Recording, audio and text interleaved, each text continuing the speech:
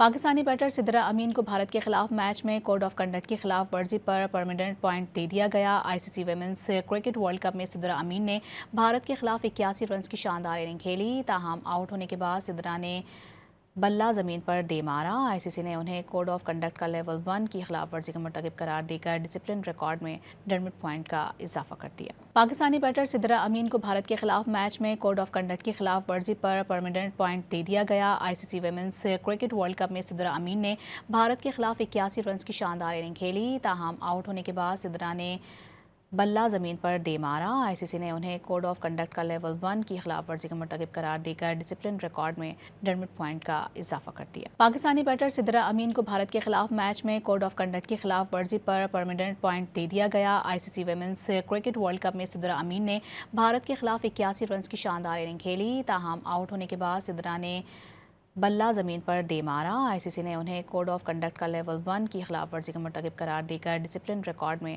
1.5 point کا اضافہ کر دیا۔